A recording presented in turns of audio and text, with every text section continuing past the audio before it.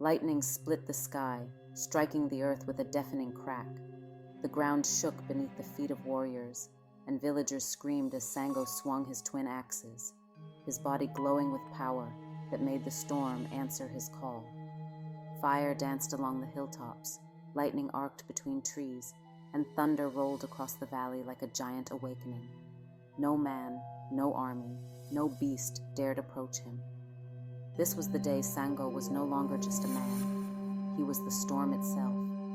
Sango had been born in Oyo, a city of kings and warriors, a place where legends were born. From a young age, his power was clear. While other boys played, Sango would lift his hands in anger or joy, and lightning would strike near or far, sometimes accidentally, sometimes as if in recognition of his heart.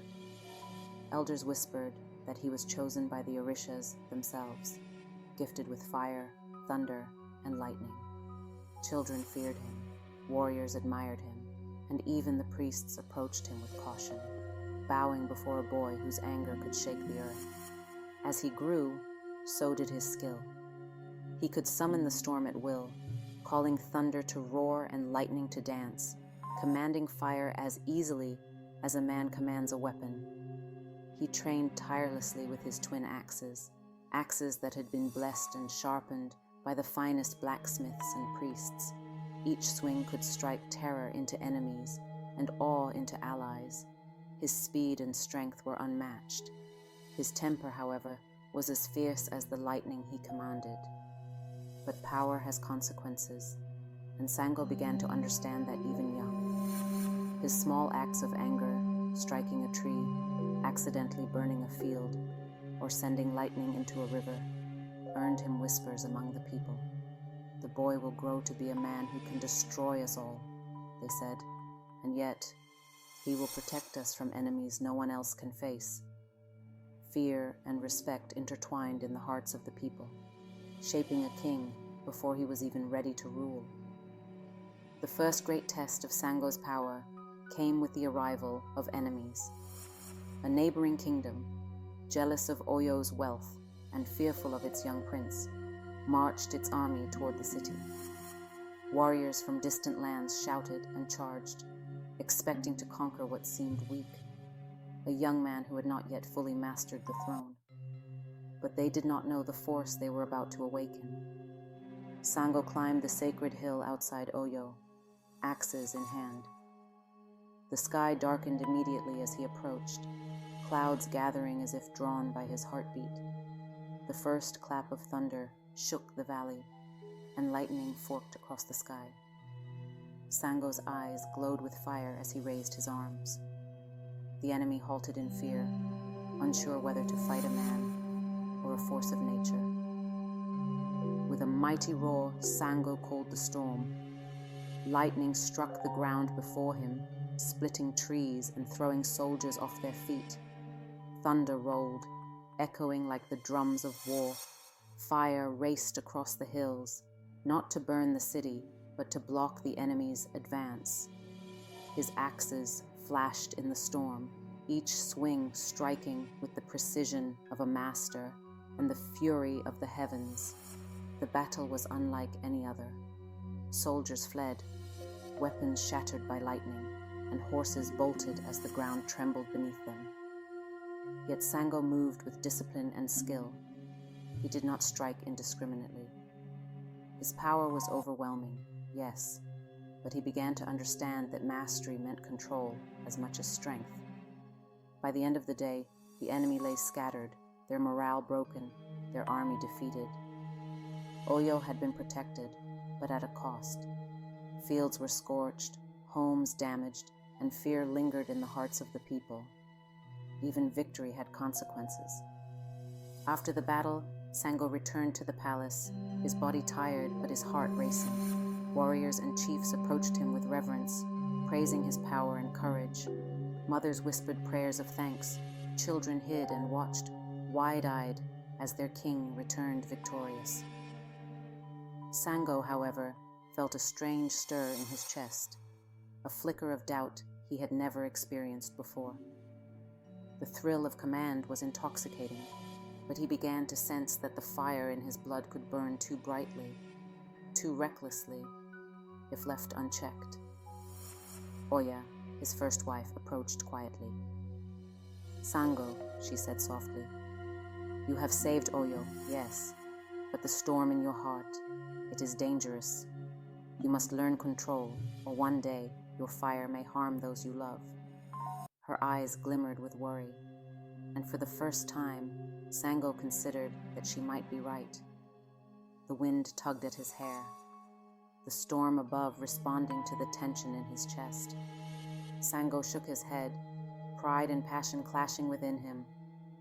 "I am the storm," he said quietly, almost to himself.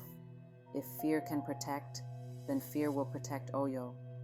If fire can command, then fire will command. I will not yield." Yet the seeds of wisdom had been planted, and even in his defiance, he sensed that power alone would not be enough to sustain his reign. The priests approached next, bowing and muttering prayers. They warned that the Orishas were watching, that a storm so wild could not remain unchecked forever. Sango listened, though he did not fully heed their words. Still, the presence of divine eyes upon him stirred a new awareness, one that would grow in the coming years as his battles became more dangerous, both in the mortal world and beyond. The following months were a time of training, growth, and minor skirmishes. Sango's reputation spread across the lands. Songs were sung of the young prince who could summon lightning, who struck enemies down with axes of fire, who commanded storms as if they were his loyal soldiers. Ambassadors came from distant kingdoms to seek alliances or offer tribute, hoping to survive in a world where Sango's power could not be ignored. Yet, with every victory, his pride grew. The thrill of commanding storms became intoxicating. The fire within him whispered that he was unstoppable, that no mortal or god could defy him. He tested his power constantly, sometimes on enemy scouts, sometimes in displays for the people, sometimes in secret on the hills alone. Each time the lightning danced, the thunder roared, and the fire crackled. But each time, the Orisha's presence lingered subtly, observing, waiting, testing. Sango did not yet know that his greatest battle was not against enemies or rival kingdoms. It was against himself. The storm in his blood was a gift, yes, but a storm without wisdom is dangerous. The first chapter closes with Sango standing on the sacred hill, axes glowing, lightning splitting the sky above him. He had risen, he had conquered, he had been feared and admired, but the seeds of pride, wrath, and the trials to come were already taking root. The Orishas watched quietly, preparing for the storms yet to test him. Fire burned across the hills, lightning split the sky, and the earth shook beneath the fury of Sango's storm. Villagers screamed and scattered as the king of Oyo lifted his twin axes, eyes blazing with power. The enemy army, bold enough to challenge his city, faltered instantly, their courage melting into fear at the sight of a man who commanded the skies. Sango had become more than a king. He was the living storm. His past victories had filled him with pride.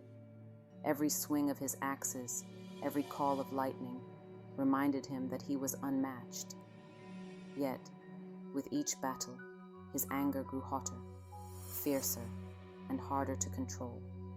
The people he swore to protect now trembled, not just at enemies, but at the fire he carried in his own heart. The neighboring kingdom had returned, bolder and stronger, believing Sango could be challenged, but they had no understanding of the force they faced. Sango raised his arms, and the storm obeyed. Lightning struck the ground before the first arrow could fly. Thunder roared so loudly that horses bolted, scattering soldiers. Fire leapt from hill to hill, cutting off retreat and isolating his foes. The enemy was obliterated before Sango even charged into the fray. By midday, the battle was over, but the land was scarred. Fields were scorched, forests smoldered, and rivers boiled in some places from the lightning that had struck them. Even as Sango's warriors cheered, fear rippled through the city. Mothers held children close. Farmers stared at their burned fields. The people realized that while Sango's power protected Oyo, it also carried danger. The storm that shielded them could just as easily destroy them.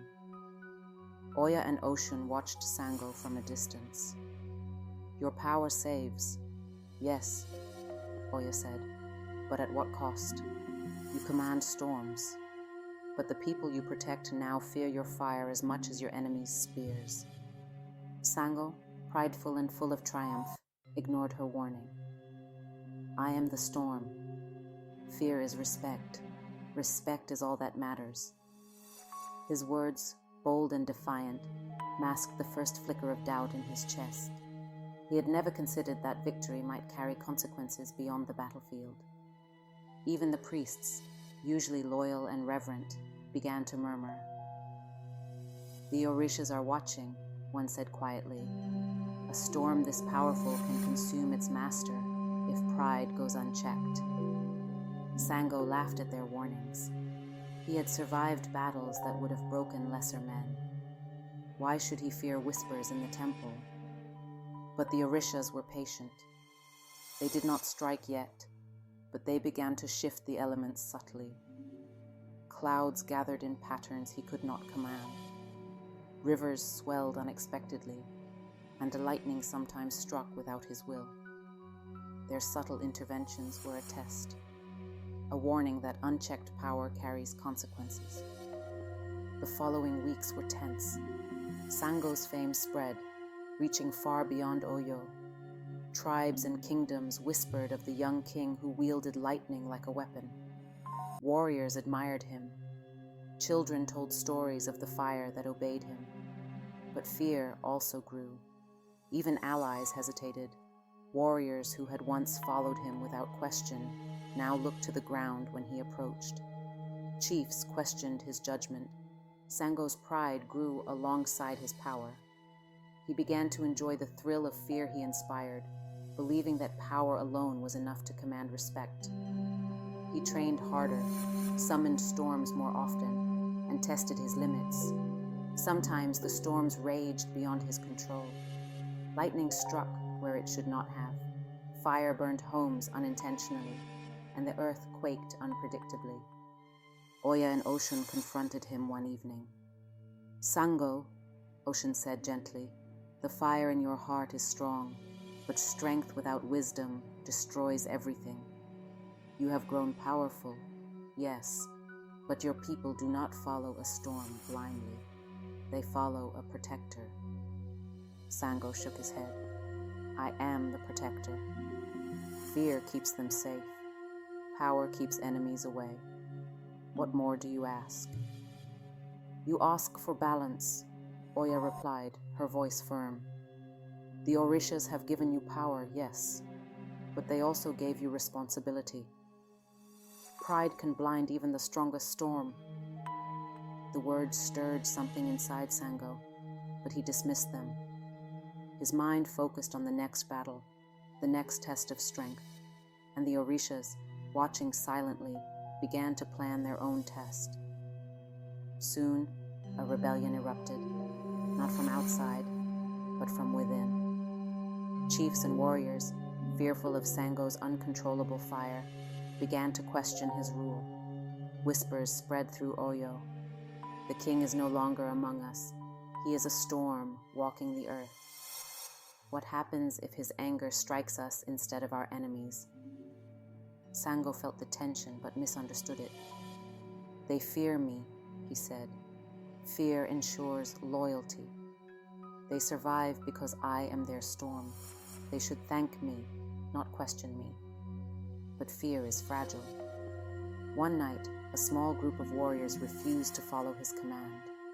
Sango unleashed a lightning strike near their camp, not to kill, but to scare, and watched as they scattered. His wrath protected the city, yes, but it also isolated him further. Allies began to distance themselves.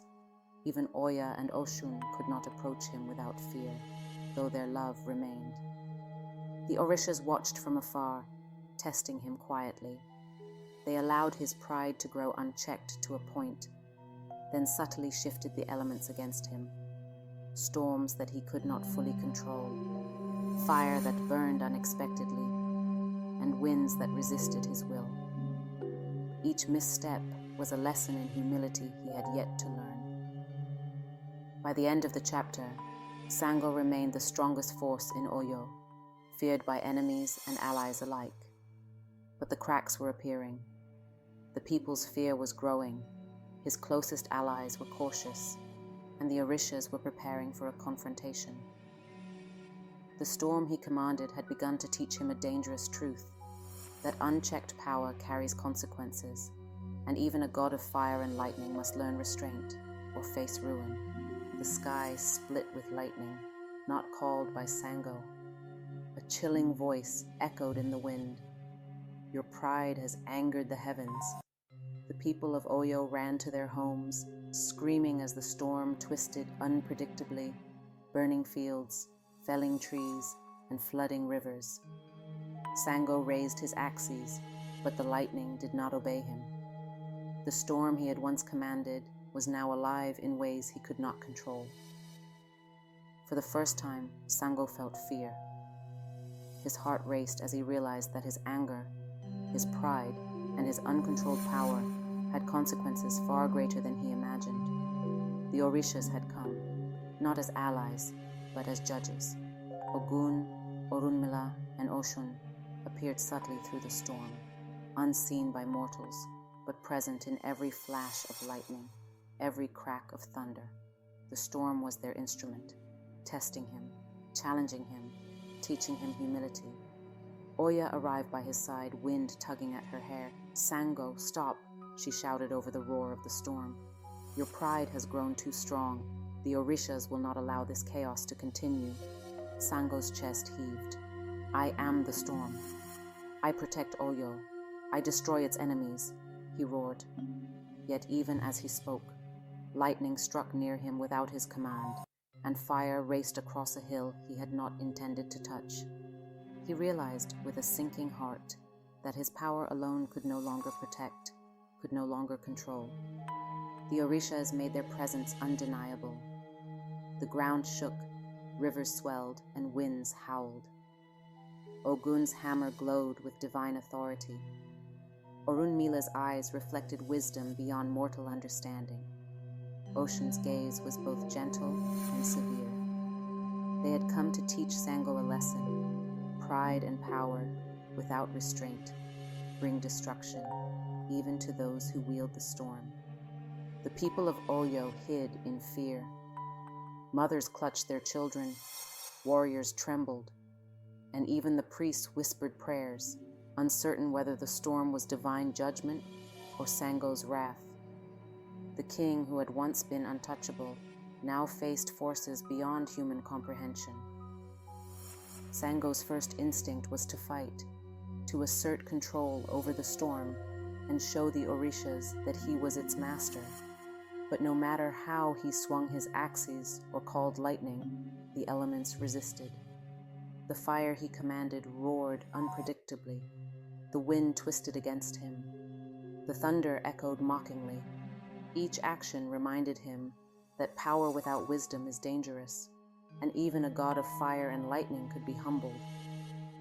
The storm carried Sango across the hills of Oyo, as if the land itself rejected his fury. Villagers watched from hiding, seeing their king struggle against forces they could not comprehend. His closest allies, Oya and Oshun, could not intervene fully. They could guide, advise, and warn. But Sango had to face the storm himself. Oshun approached him, hand on his arm, her voice calm but firm.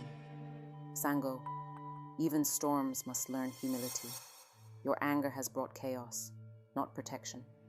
True power lies in control, in care, in protecting without destroying. Sango paused, heart pounding, axes glowing faintly. For the first time, he questioned himself.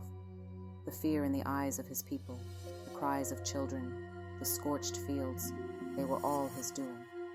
His pride had blinded him. He realized that strength alone could not protect Oyo. Wisdom, restraint, and humility were necessary.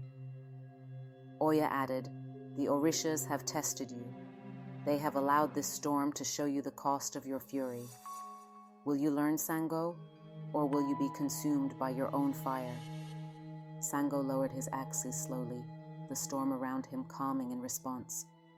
He understood that his path forward would be different. No longer would he rely on fear or raw power.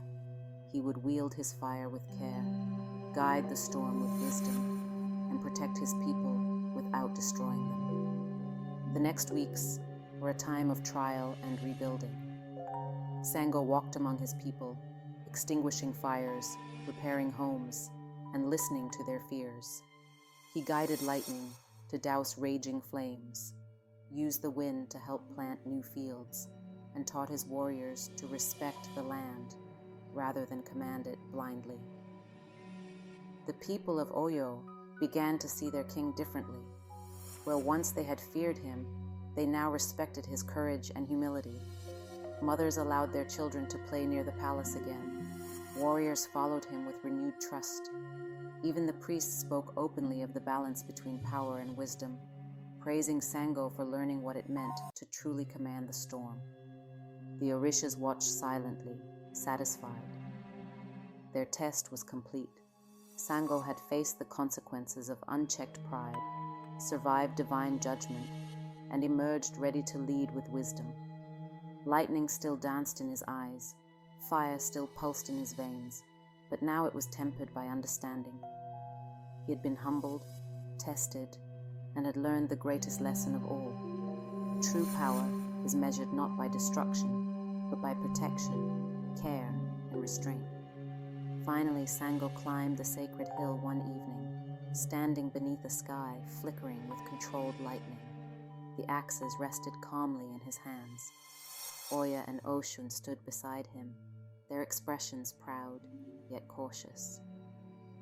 The storm above mirrored Sango's inner balance, powerful, alive, but under careful command. He looked out over Oyo, seeing his people safe and hopeful. The fires were gone, the fields slowly recovering, and the city alive with the rhythm of life. Sango understood, fully and deeply, that the storms he wielded were not his alone. They belonged to the world, to the balance the Orishas maintained, and to the people who depended on him. Sango's path of redemption had begun. He had faced his pride, endured the Orisha's test, and emerged wiser. The storm was now part of him, but no longer a force of reckless anger. It was a tool, a protector, and a reminder that true power lies in mastery, not fear. As the winds calmed and the sky cleared, Sango raised his axes one last time to the horizon. Lightning arced from the heavens, not destructive but brilliant, reflecting his newfound wisdom. The storm was no longer merely in his blood, it was in his mind, his heart, and his soul. The king of Oyo had fallen, and the king of storms had been reborn.